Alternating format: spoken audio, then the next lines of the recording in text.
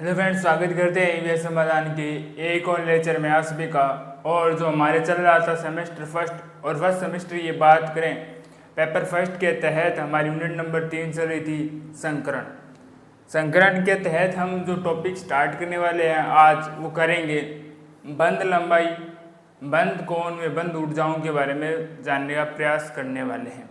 पहला ही जो हमारा टॉपिक है वो आता है बंद लंबाई। बंद लंबाई क्या होता है कि जब हम एक अणु अर्थात जिसके अंदर आपको क्या दिखते हैं, कम से कम 2 परमाणु देखने को मिलते हैं, उन परमाणुओं के जो नाभिक होते हैं उन नाभिकों की जो मध्य की दूरी होती है उसी को क्या बोलते हैं, हम बंद लंबाई कहते हैं। पहला हमारा टॉपिक कौन सा हो जाएगा, बंद लंबाई।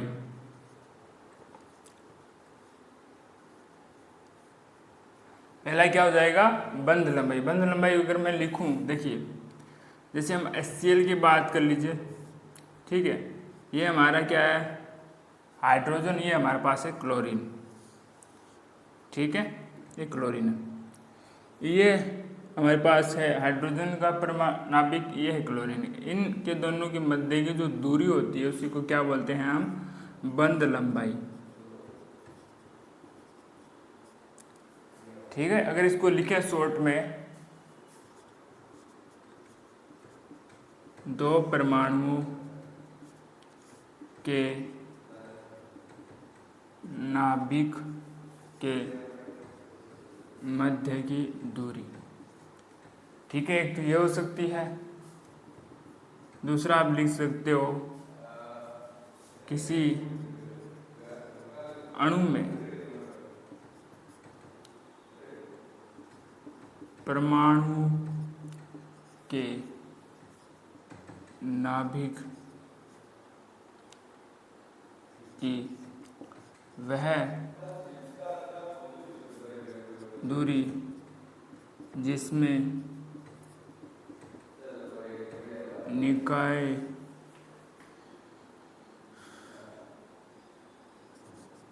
में स्थितिज ऊर्जा क्या हो, न्यूनतम लगे, स्थितिज ऊर्जा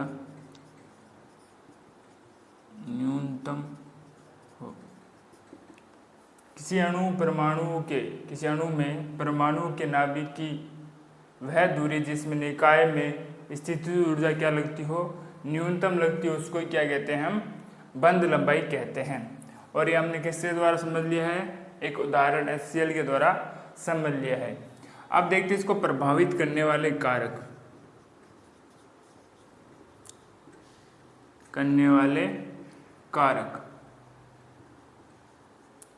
पहला अगर इसमें मैं कारक की बात करता हूं, आकार आता है। क्या आता है, आकार, ठीक है। अगर आकार की बात करें जैसे फील, कल,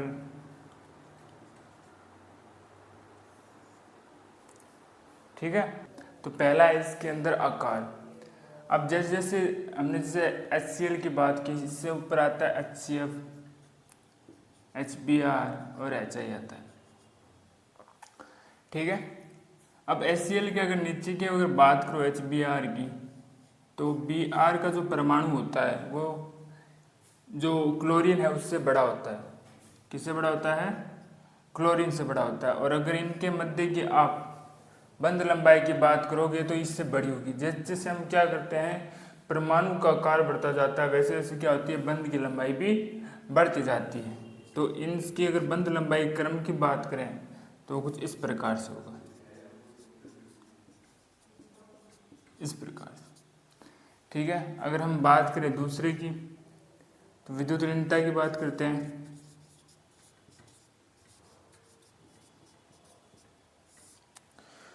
में जो प्रभावित करने वाले कारक है, अब दूसरा जो कारक हमारे पास है वो है विद्युत ऋणता में अंतर की बात करते हैं। अब देखिए जब हम 2 लेते हैं, एक तो ले लेता हूँ मैं हाइड्रोजन फ्लोराइड और एक क्या ले लेता हूँ HCl। जब आप इन दोनों को लेते हो तो आपको पता होगा कि जो फ्लोरीन है, क्लोरीन से मैं तुलना करूँ तो विद्युत ऋणता फ्लोरीन की क्या होती है, अधिक होती है। जबकि आप क्लोरीन की बात करोगे इसकी विद्युत ऋणता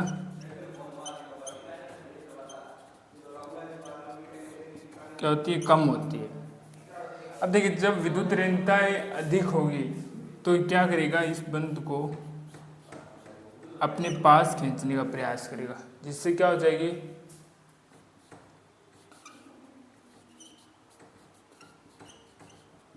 बंध लंबाई क्या हो जाएगी, कम।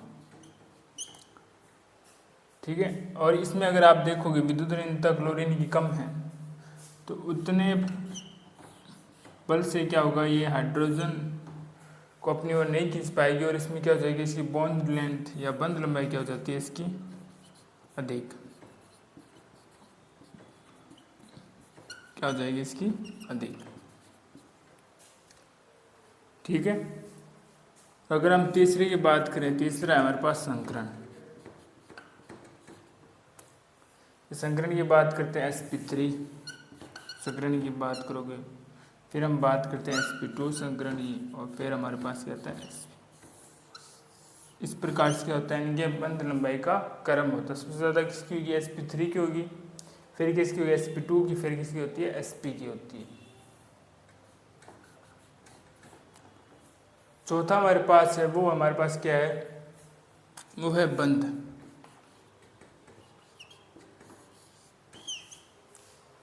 वो हमारे पास क्या आते हैं, बंध आते हैं। बंध किस प्रकार से हम बात करते हैं, जैसे सिंगल बंध आ गए, ट्रिपल बंध आ गए और डबल बॉन्ड आ गए।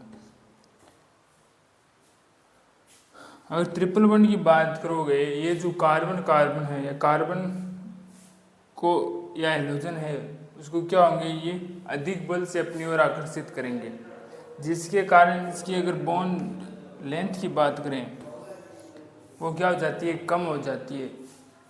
अगर हम तुलना करें डबल बॉन्ड की, यह भी क्या करती है, अपनी ओर आकर्षित करती है, इसकी बंध भी लंबाई कम होती है, परंतु सिंगल बंध से इसकी ज़्यादा होगी और ट्रिपल बॉन्ड से इसकी क्या हो जाती है, कम हो जाती है।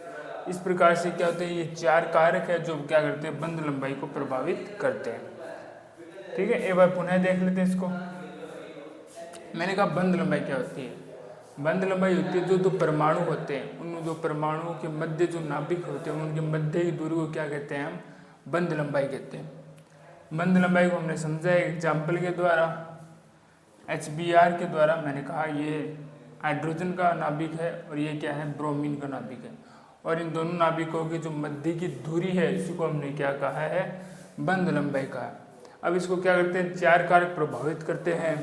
पहले कारक की अगर बात करें आकार, जिस जैसे जैसे क्या होगा, इसके आकार में वृद्धि होगी वैसे वैसे क्या होती है, बंध लंबाई में भी वृद्धि होती रहती है। ये हमने क्रम देख लिए। फिर आता है विद्युत ऋणता।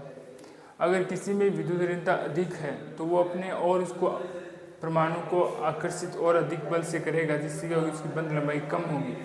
अगर कहीं विद्युत ऋणता आपको कम दिखाई दे रही है, उसमें कम आकर्षण बल लगाएगी और उसकी बंध लंबाई में क्या हो जाती है, वृद्धि आपको होती हुई दिखाई देगी।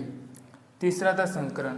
जैसे sp3 संकरण की बात करोगे, फिर sp2 आता है, फिर sp संकरण आता है। जैसे संकरण बढ़ता जाता है वैसे वैसे क्या होता है, बंध लंबाई कम होती जाती है।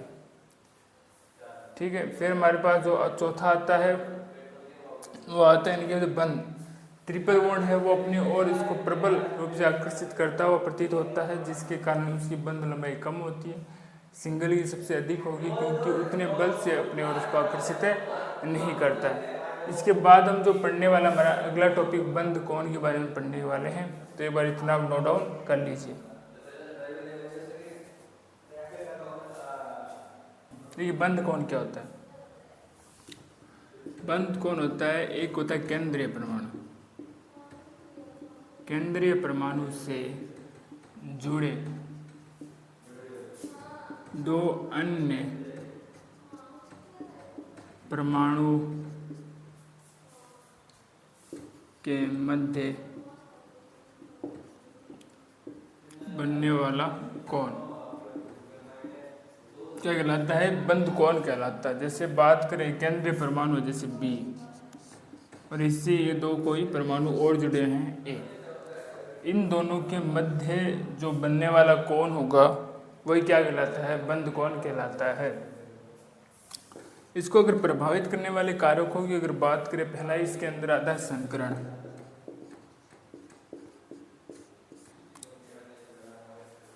संकरण में हमने देखा था किस प्रकार से sp ये रेखीय होता है, 180 डिग्री होता है, आपको पता होगा इसका कोण। इसी प्रकार से हमने देखा था sp2 sp3। इन संकरणों की हमने बात कर ली है d2 sp3, ठीक है। इन सभी कोण की जो वैल्यूज है आप प्रीवियस लेक्चर के अंदर देख सकते हैं, हमने अच्छे से की है संकरण वाले के अंदर। दूसरे की अगर और बात करें, फिर आता है आपके लॉन्ग पेयर आता है। क्या आता है? लॉन्ग पेयर आता है। लॉन्ग पेयर का भी प्रभाव पड़ता है किसमें? संकरण में प्रभाव पड़ता है। जैसे कुछ एग्जाम्पल लेते हैं अपन, मेथिल, जल और नाइट्रोजन, सभी क्या है यहाँ पर? sp3 संकरण है। सभी संकरण क्या है यहाँ पर? sp3 संकरण है। अगर बात करें अभी, पहले हम बात कर लेते हैं कार्बन की। अगर कार्बन की बात करें तो हम किस प्रकार से लिखते हैं? इसका लिखते हैं 1s2 2s2 2p 2, ठीक है। हाइड्रोजन की बात कर लीजिए, सॉरी ऑक्सीजन की बात कर लेते हैं।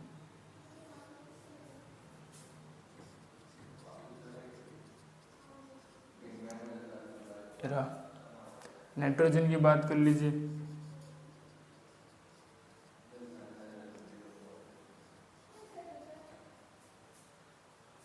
ठीक है। ये हमने इनके इलेक्ट्रॉनिक विन्यास लिख लिया सभी के, ठीक है। अब अगर इसकी बात करेंगे, इसके बात करेंगे तो ये 4 हाइड्रोजन के द्वारा जुड़ा हुआ है और इसमें देखिए लॉन्ग पेयर कितना रहता है? 1 रहता है। इसी प्रकार से अगर ऑक्सीजन की बात करोगे आप, इसकी बात कर लेते हैं हम, ऑक्सीजन की बात करते हैं तो आपको पता है अगर पी को भरोगे इस प्रकार से भरा जाता है पी,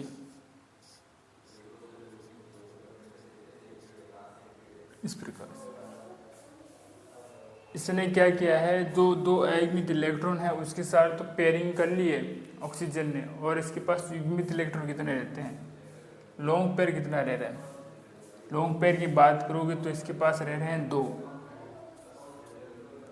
और ये 3 लॉन्ग पेयर रह रहे हैं इसके पास, 1 2 और ये 3 रह रहे हैं। नाइट्रोजन की बात कर लीजिए,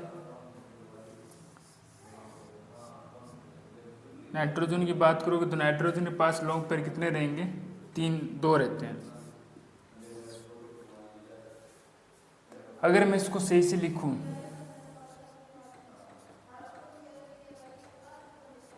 इस प्रकार से नाइट्रोजन को लिख लेते हैं,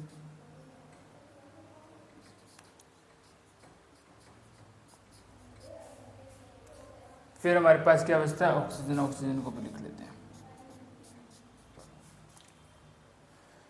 नाइट्रोजन की अगर आप बात करोगे, नाइट्रोजन के पास लॉन्ग पेयर कितने हैं? 2 है।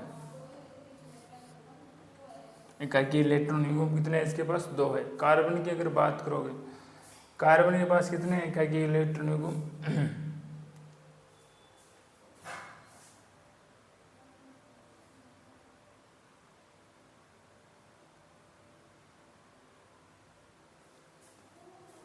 2 है, 1 है एकाकी इलेक्ट्रॉन युग्म। और ऑक्सीजन की बात कर लोगे कितने हैं? इसके पास 3 है, इस प्रकार से। अभी जो एकाकी इलेक्ट्रॉन युग्म आपको दिखाई दे रहे हैं वो क्या करते हैं? जो यहाँ पर ये जुड़े हुए हैं, यहाँ पर हाइड्रोजन, ये देखिए, इसकी अगर बात करोगे इस पर क्या लगाते हैं? आकर्षण बल।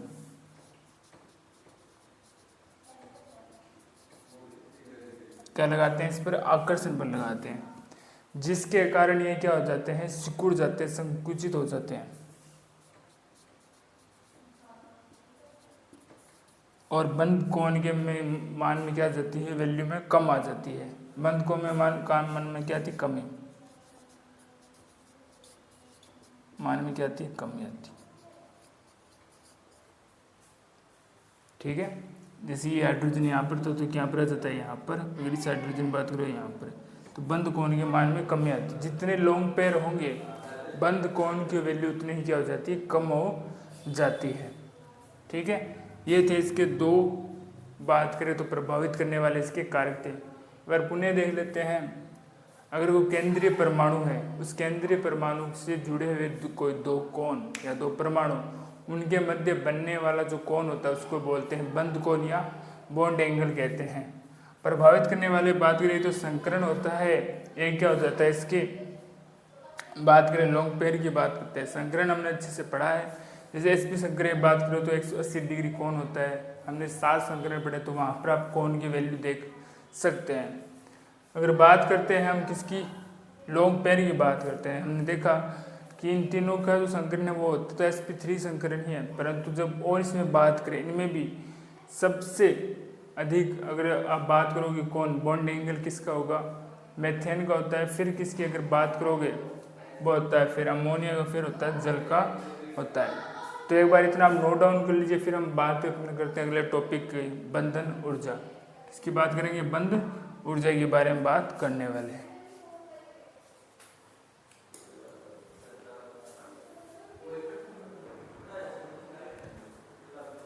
अब देखिए हम किसकी बात करें, बंध ऊर्जा की।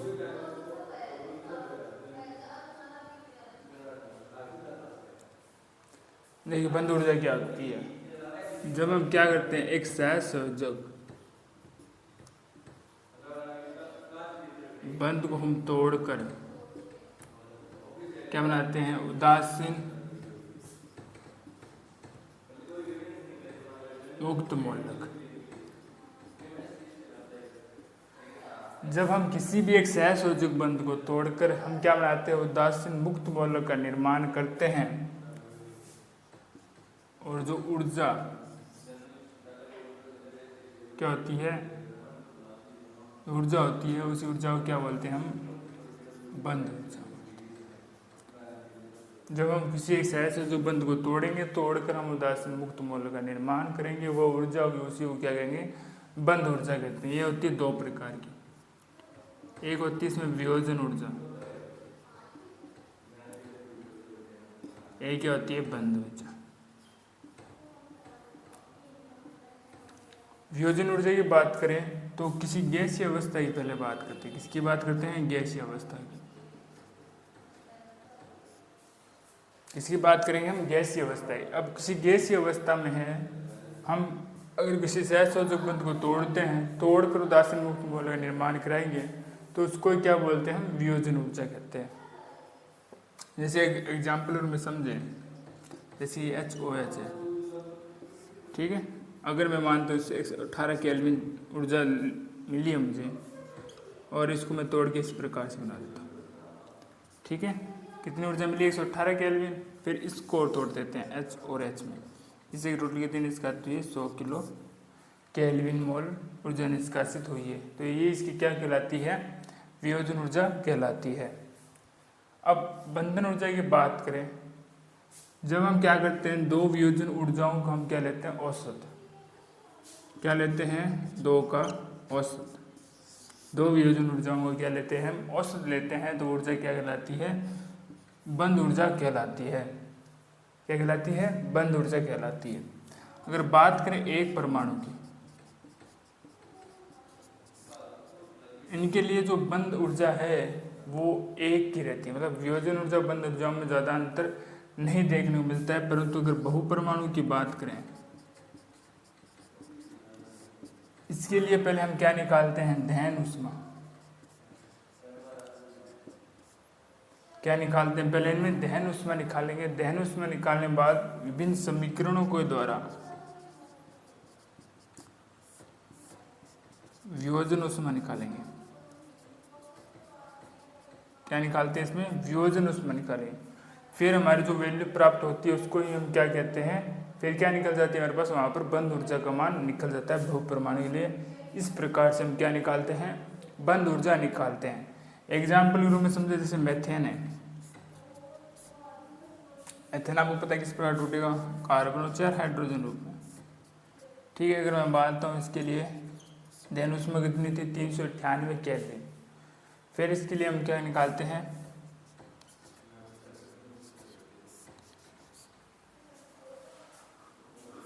ऊष्मा वियोजन ऊष्मा निकालते हैं, और इसकी जो भी वैल्यू आपको प्राप्त होगी, इस बात करें 9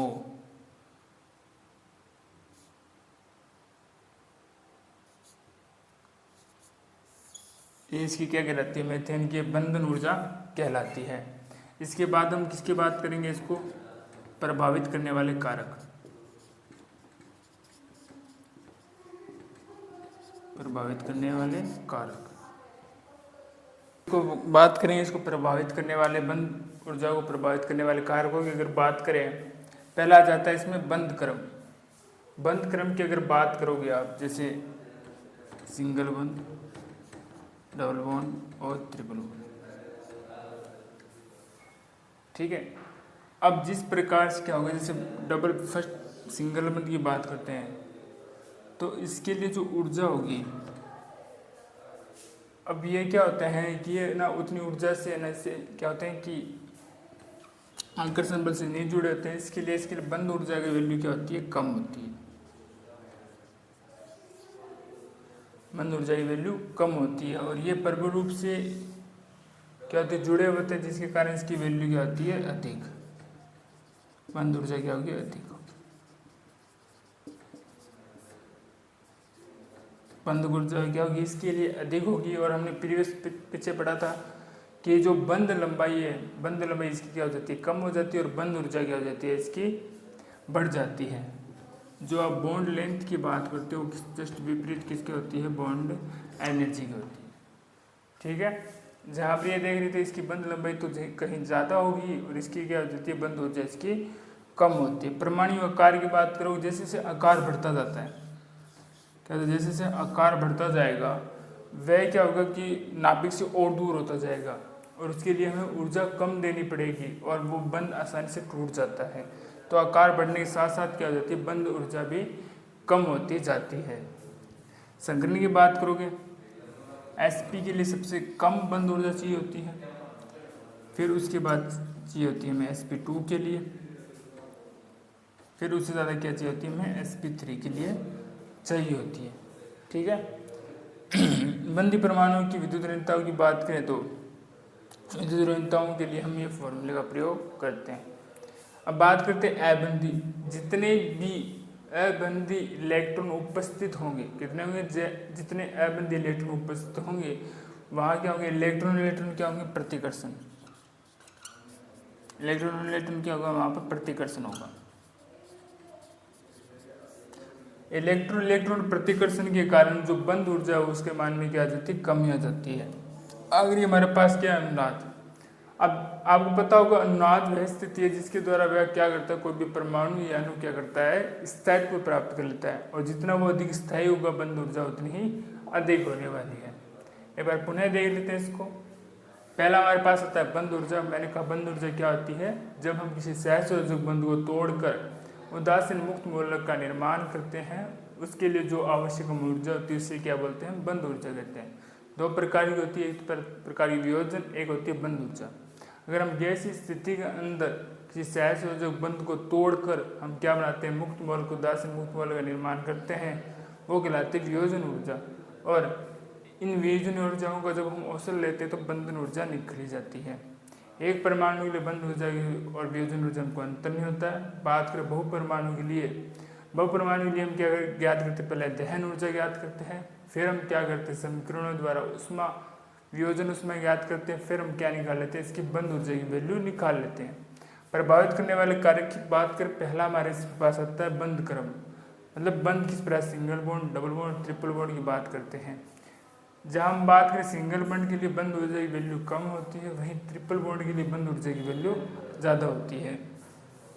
जैसे जैसे आकार बढ़ता जाता है वो नाभिक से दूर होता जाएगा और उसके लिए उस बंद को तोड़ना आसान हो जाएगा हमारे लिए, और उसे ये ऊर्जा हमें क्या होती है, कम चाहिए होती है, ठीक है। अगर बात करेंगे उसे संकरण की, sp संकरण की सबसे कम बंद ऊर्जा होती है और sp3 की सबसे अधिक बंद ऊर्जा होगी। और बंद परमाणु विद्युत ऋणता को हम किससे ज्ञात करते हैं, इस फॉर्मूले के द्वारा ज्ञात करते हैं। किसी अगर बात करें परमाणु के अंदर, अणु के अंदर अबंध इलेक्ट्रॉन, मतलब जो इलेक्ट्रॉन बंद बनाते हुए नहीं होंगे, उनकी अगर बात करें उनमें इलेक्ट्रॉन इलेक्ट्रॉन क्या होगा, प्रतिकर्षण होगा और उससे क्या होगी, बंद ऊर्जा क्या होती है, कम प्राप्त होती है। और आखिरी हमारे पास क्या है, अनुनाद। अनुनाद क्या पता, परमाणु और अणु होना, जब अनुनाद करते क्या करते हैं, स्थायित्व प्राप्त कर लेते हैं और इसी स्थिति के कारण उनकी बंद ऊर्जा की वैल्यू क्या होती है, अधिक हमें दिखाई देती है। आशा करते हैं आज का लेक्चर आपको चीज़ समझ में आया होगा। फिर भी मन के अंदर कोई डाउट्स रहता है तो कमेंट बॉक्स में लिख दीजिएगा, आने वाली क्लास के अंदर सोल्यूशन जरूर दिया जाएगा। मिलते हैं आपको एक और लेक्चर में, तब तक के लिए धन्यवाद।